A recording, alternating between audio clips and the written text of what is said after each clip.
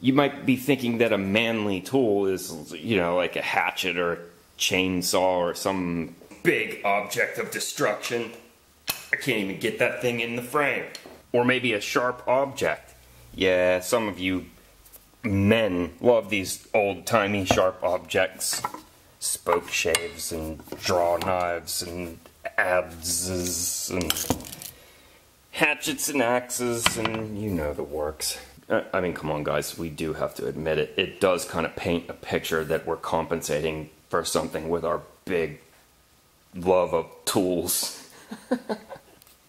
But after over a year spent out here in the woods fending for myself, I find consistently that the tool that wears me down the most has been this one. Okay, spare me the bitter feminist rebuke because, well, for two reasons. Reason one, you know exactly what I mean when I say manly. And reason two, women are probably the superior sex anyway. So to you relativists out there, accept the consequences of your decision. You must accept that I can use manly as an adjective to describe something. And in this case, I mean manly as in, you know, like assertive, hardworking, tenacious. You get the idea. All those types of qualities that a woman can also possess as well. That would turn, you know, a shovel head that's in good shape like this one into one that's completely worn down and cracked. Social commentary aside, here I am examining the sad condition of my shovels, and I need to do something with it. See, I've been favoring this one for so long. It's been my baby, and I've just completely worn it down. If you've gone to any of the box stores or any store in general lately and looked at a shovel, they're unacceptable. They're just not usable. What the idea that we are marketing now as a useful shovel is not what a useful shovel actually is. I'm still a reasonably young man who can't at the moment afford a machine, so I end up using a shovel to do work that really should be done with some type of skid loader. It's stupid, yes, but it's given me some insight about a shovel. What are the qualities that matter in a shovel? I want to talk about those with you here. There are two main variables that affect what a good shovel is. The first one is head geometry, and the second is its weight. Both of these things need to be appropriate to what you're doing. Now, the geometry that I've found that I like is this shovel head. This one is a lighter weight, cheaper one. It's got a smaller handle. It's one of my old broken handles, and Mrs. Pocket likes to use this. It's easy for her because it's light, it has a low geometry, and it cuts nicely. I need something a little heavier, but I found that you can quickly overdo it by using a head and a handle that's too beefy. You think, I need to dislodge rocks, I'm a tough guy, I need something burly, but it just wears you down. For 90% of shovel purposes, functions, you just don't need something so heavy duty. So I've settled on a pretty light duty shovel is the thing that I like the most. I give my shovel handles coat after coat after coat of linseed or teak oil. I want to keep them nice and smooth and water repellent because they give you blisters. If it isn't smooth, it'll give you blisters. You do not want lacquer on a handle. I don't mean to sound like a snob, like a handle snob or a tool snob, but lacquer sticks to your hands too much. It has a feel that's too grabby, and it will give you blisters. And it doesn't matter how much you use a shovel, you'll get calluses, but you'll still get blisters. So in this handle I'm working on right now, I've been scraping down a lot of material to thin it down. And, well, first you have to scrape off the lacquer. And then what I've been doing is, well, I used a block plane to shave off a lot of the thickness because it was just too big up here and it really, really bothered my hand. Without thinking, whenever I go to grab a shovel, I just subconsciously pick the one that I like the most, and I found that this one, even though it has a nice head geometry, because of the thick, oversized handle, I just don't like it. I won't use it. Even though you can bend on it like crazy before this hickory handle will snap, I just don't like it. So I've decided to thin it down and listen to my intuition. Moving forward, I'm considering this as the optimum, and I want to transfer the properties of that one to one of these. So let's take, actually, ideally, all of them. Contestant number 1. I don't like that it has these foot kicks on the inside of the shovel. I like them on the outside. But I want to give it a chance. It also has a little bit too much of a deep dish here, which I don't like. Also, this collar is a bit long. I'll probably have to cut some down. I did cut an inch off of it here just to help reduce weight. It just doesn't need that much. As I've told you before, actually, I don't know where this clip will be in the sequence, but I use that yellow digging bar thing there for dislodging rocks, and it really reduces the amount of stress that I put on my shovel handles, and that enables me to use a lighter weight shovel handle. That said, the goal here is elegance, simplicity. Reduce that which is, or eliminate that which is unnecessary. So I think I can take a little bit of the metal off of this.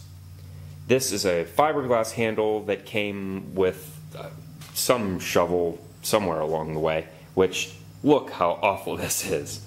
This blunt, square fiberglass end was capped off with this piece of rubber, which is just simply hideous. You have to have a palm at the top of your shovel, because you're going to be holding it a lot this way. And sometimes my palm is on the back of it as I jam down into the ground. If this blunt edge hits your palm when you hit a rock, just no. So what I'm doing here is, I need a tripod. What I'm doing here is I want to jam this in, and I'll make some kind of route that enables this to sit in nice and flat, and I'll fasten it in somehow, I don't know. The goal is to make a nice round palm for the end of it, and hopefully to get a couple extra inches on the shovel handle, because I want to get it as close as I can to my ideal length. You'll notice that this is a cutoff from this. Now, it's called ironwood. That's its slang term around here. What the wood actually is, I'm not sure, but it's hard as a rock, and this is a reasonably straight piece. I saved it as soon as I moved. I found it last year and harvested it, and it's been drying out in the corner for a year, so I just started shaping it yesterday. Wow, Pocket, why are you that cheap? Okay, so that one's light as a feather, straight as an arrow, the fiberglass one. But I have to put a palm on it. This one is strong as an ox. It's, wow, I'm really laying the metaphors on thick, huh? It's solid hickory, so it's incredible. But 2 caveats. 1, it's expensive. 2, it's hard to find. Okay, 3 caveats. 3, I have to reshape it, which is a lot of work. I was running a block plane over it for no less than 30 minutes yesterday. Contestant number 3, well, obviously it's free, but it takes a year to dry it out, and then once it is dry, you still have to shape it, which is a lot of work, and it's still not going to be perfectly straight. What's the easiest? There isn't an easy solution. Now, I could mill a bunch of handles from some lumber, but that's also a lot of work. There's no easy way to do it. So I just, like so many things in life, fumble through, taking a different approach every time. Sometimes it works, sometimes it doesn't. And that's why it's so hard to let something go, like when you find your baby. Believe it or not, I reshaped this head. It was longer, deeper, more blunt. So what I did was cut a nice slender spot off here. It widened here and got slender again here. And I was able to draw this out to a point. While I was doing this, I used an angle grinder with a cutting disc. The whole time, I would just cut a little bit, and then Mrs. Puckett would spray water on it the entire time. It never reached even remotely hot temperature. I was incredibly surprised how well it cut and filed. In comparison to like a hatchet, it's soft. Back over here you can see this one. The potential to get this exists in this. I would just have to cut it out. I would have to lose some of the length here and some of the width here and draw it into a sharper shape. So this is worth saving. Found this in the woods several years ago. I actually had this long video series. It was really outdoorsy. It was when I still lived at the bottom of the mountain. And there was this old abandoned bicycle BMX track from the 80s, and the shovel handles were completely rotten from the kids that were no longer kids. They were probably my age, had thrown their shovels there and they just rotted away. But you can bring them back as long as they're not rusted through. I guess 20 years outside is not enough to end the usefulness of a shovel.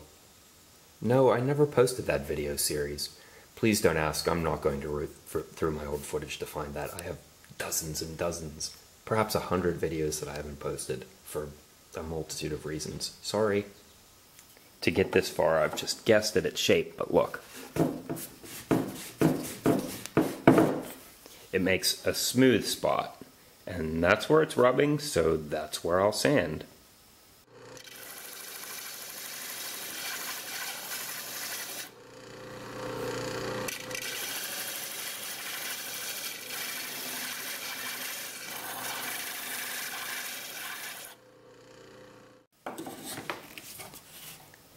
Next, I just want a nice straight line, and I'll have to do some chisel and knife work.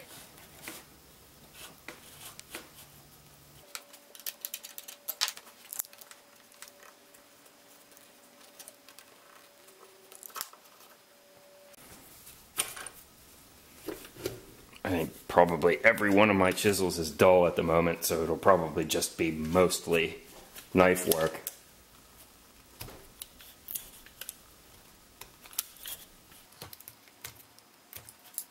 Be honest with me now, and don't answer with your emotions. Use your brain.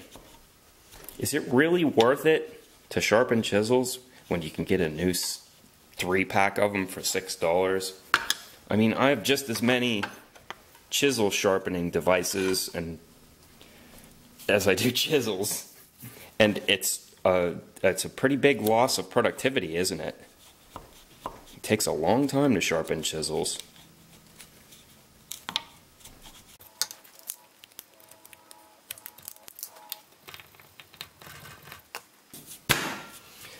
Okay, next I'll load this up with epoxy so it never comes out again. But first, let's put a cork in there. That way the epoxy that I shove in doesn't drip all the way down the inside of the handle. And any epoxy that gets all over this paper towel will just turn hard as a rock. What do you say we try mixing the epoxy right in the tube this time?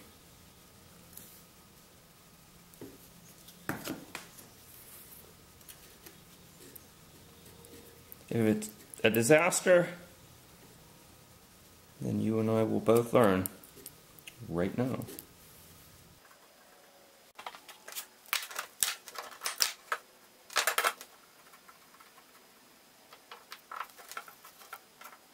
Yeah, I want more than that. This is a shovel after all.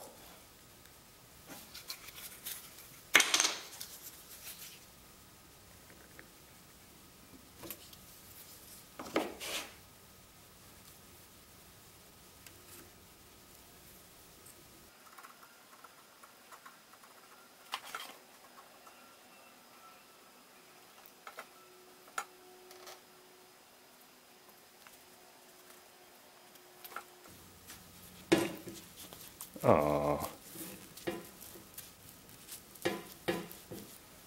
Never works in reality as well as it does in your brain, does it?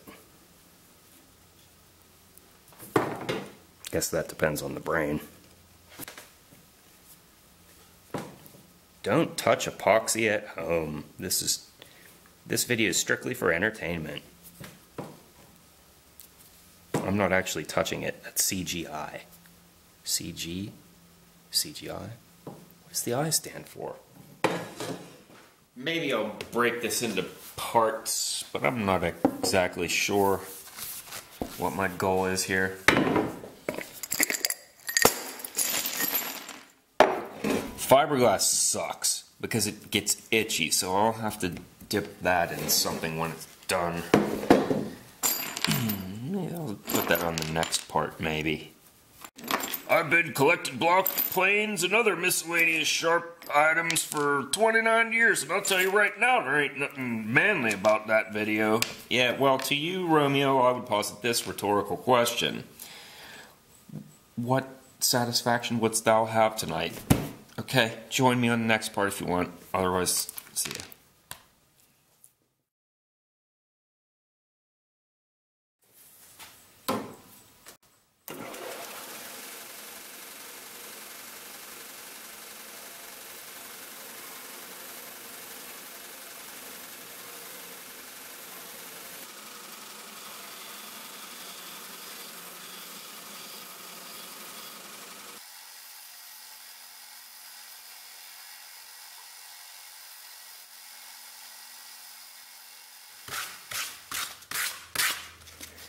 There's a video about how to make these somewhere on my old channel. Underrated. I use them a lot. I think the trick to making them so friendly is by wrapping one side around, because then you can reduce the width of the block. It makes it more comfortable for your hand, and it provides this flat spot here, which proves quite useful. Yes, that's fiberglass, and it will itch, so I'll give it some polyurethane. Shovel in the vise first. That way it's not dripping everywhere while I'm trying to rig it up. I just made an entire video about using polyurethane. Did you watch it? Don't forget to rate, comment, and subscribe! And donate to my whatever, and ring the little bell, and all that other self-promoting nonsense. Weird.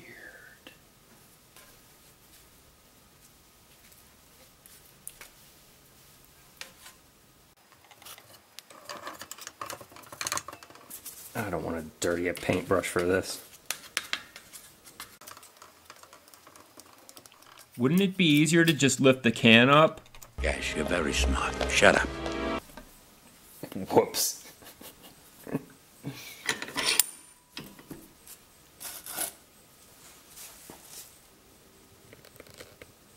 That will need some time.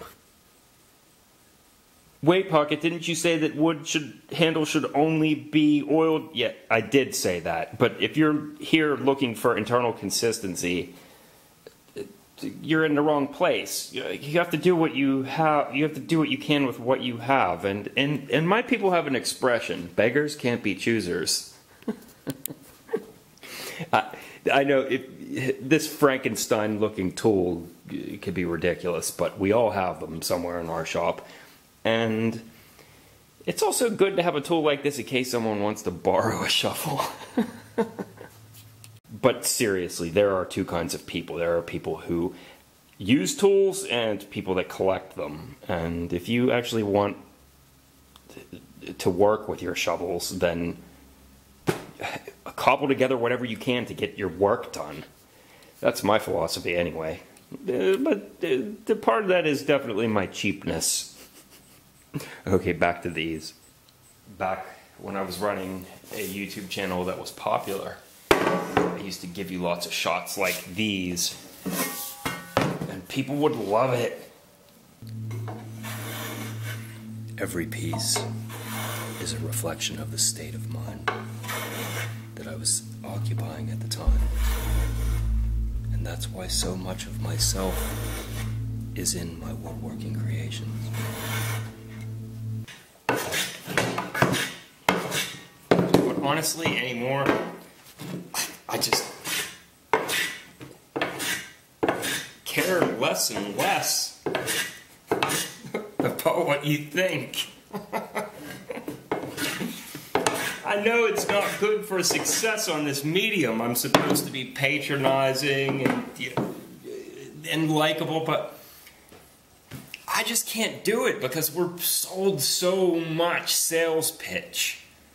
We're just immersed in it, and it gets old, and all I see when I watch videos is just hypocrisy and condescension and patronizing presenters and an audience that isn't media literate enough to tell the difference.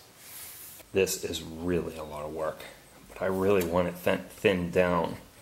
You can see that where it enters into the shovel itself, it's still pronounced a good 1/8 of an inch the whole way around, so I have to take it off to kind of reduce some of this out. Kind of an interesting bolt that was holding it together there. It passed the whole way through. So there's a pretty big hole in there. I'll have to reuse it.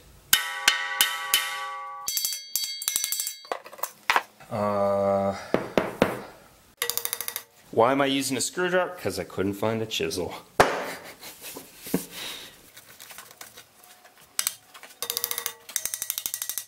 Jeez.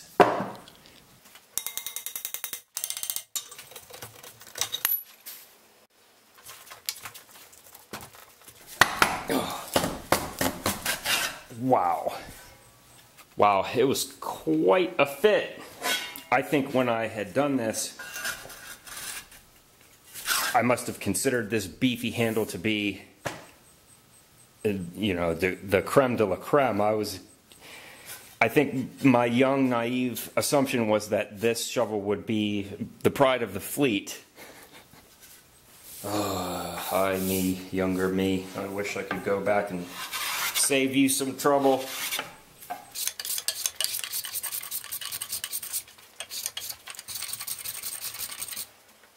And that's the second, actually third time that I've planed material off of this. Next up, the sander.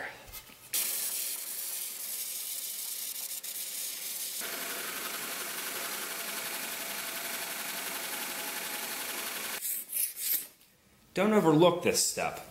It's easy to do, and it really alerts you to imperfections, and we are trying to make it straight with respect to this direction, and this is a good way to smooth over those bumps.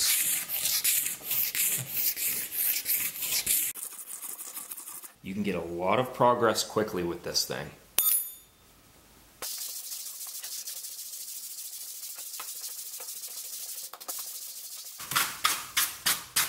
Hey, did you know that a shovel handle's grain matters? It does, just like an axe handle. I'll show you when I'm finishing and I'll explain that. Good morning. It's a different day. I started to wear out my elbow and wrist from all of the sanding of that one and that one last night, so I just went out and split wood instead. You have to wear out different parts of your body evenly, I guess. I'm going to give it one more dip, and then I'll call this done. I would prefer if this were oiled on the top, but the goal here is to really cover this fiberglass so it doesn't itch my hands. This is kind of a fancy clamp setup.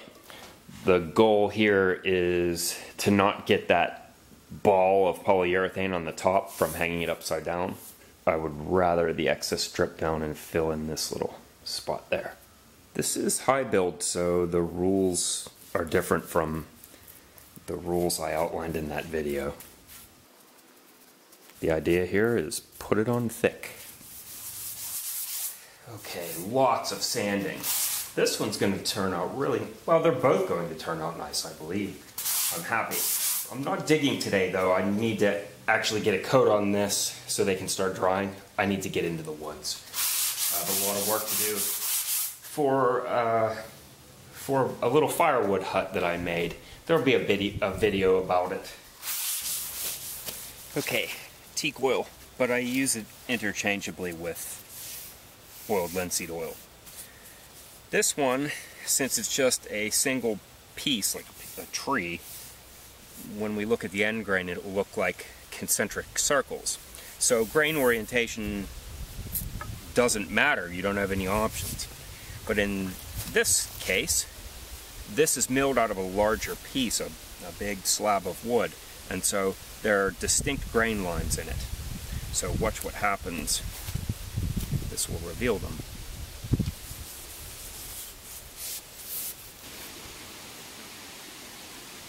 The best analogy I can give for understanding grain orientation on a handle is think of a pile of paper, a stack of cards, something like that, where you have lots of lines going in parallel directions. If you think of a deck of cards, it bends along one axis, but perpendicular to those lines, it's really, really rigid. You can think of wood in the same way. So these lines going up and down means that your shovel head should be perpendicular to that. Why? With each motion you're going like this, and it acts as a lever. And so you want it to resist that lever force. Give it a little bit of pressure. Remember, the theme of this video was supposed to be about manliness. If you apply pressure when you're rubbing your finish in, it will really force it into the wood, because it is porous and you need it inside. Also, best to do these with the shovel handle off, because then you can get all the way down here, which is normally covered by the shovel head, and get in that hole too. We want to resist moisture. Okay, this one's done for the day. I'll give it another coat probably tomorrow morning, and then a third coat maybe a week from now or two. I'll just keep my eye on it. This should end up being really pretty. Mrs. Pocket admitted that it's manly. She said that it reminds her of Gandalf's shovel. Gandalf is not exactly my ideal for manliness, but I guess Mrs. Pocket and I have a different take on that. Which I'm not sure what that says about my manliness. That's gonna look really cool. And it's a lot smoother than you might suspect.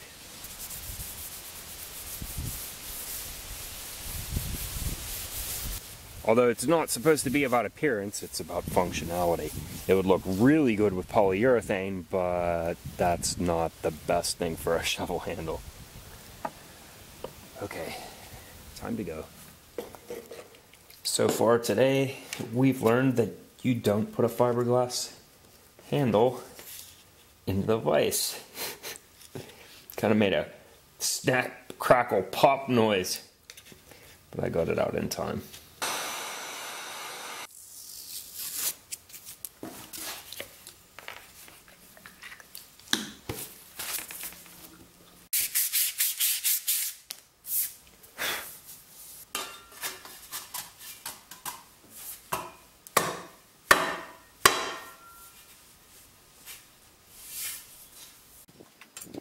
I know what I just said. I'm closing up the gap on the metal. I'm not squeezing the handle if I can help it.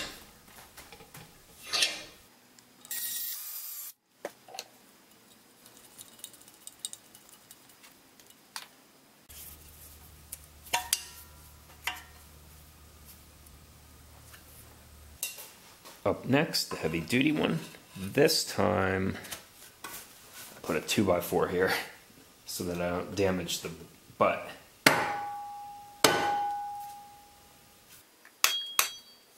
Great. I did give the handle a nice light sanding with 400 grit, and it made it smooth as silk. The next time I recoat the handle, it will be with linseed oil.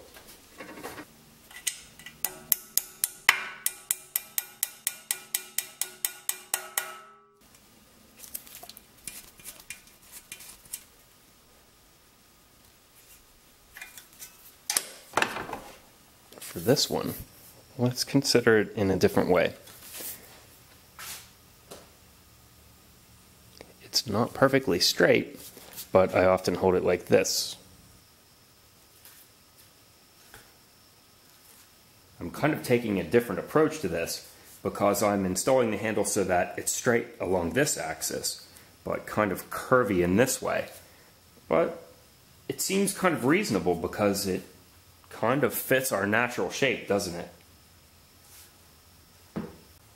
Ergonomically, this is a bit different, but it feels pretty natural, so let's give it a test. Time will tell.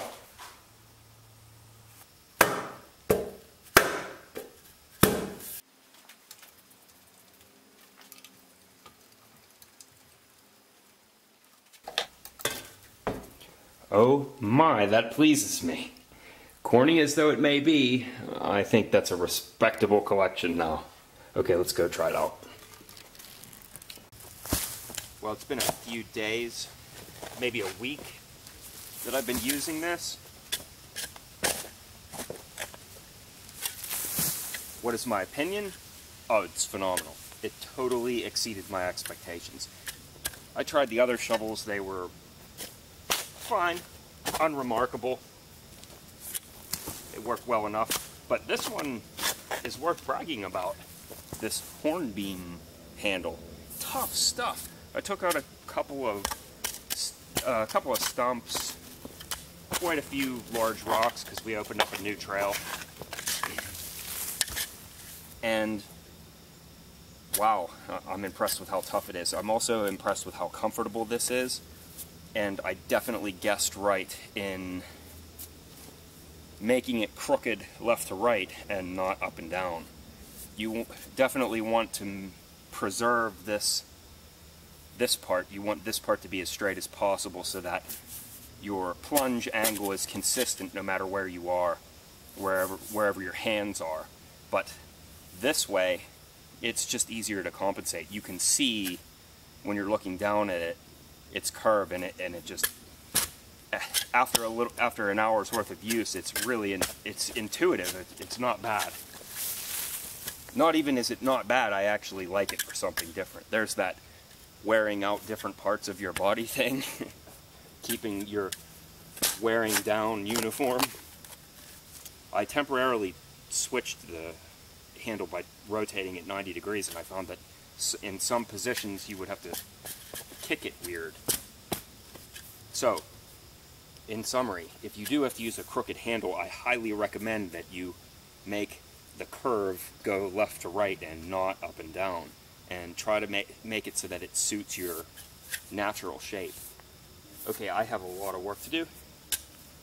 Hope you got something out of this. See you later.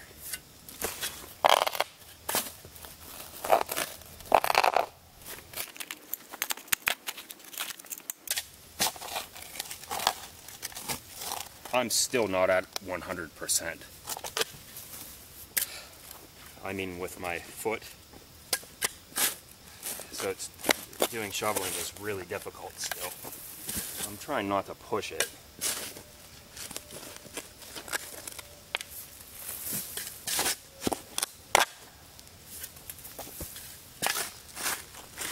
You hear that scrape? Move your shovel. Approach from a different angle. You don't want to sit there and keep wearing out your spade. Keep that tip nice and sharp.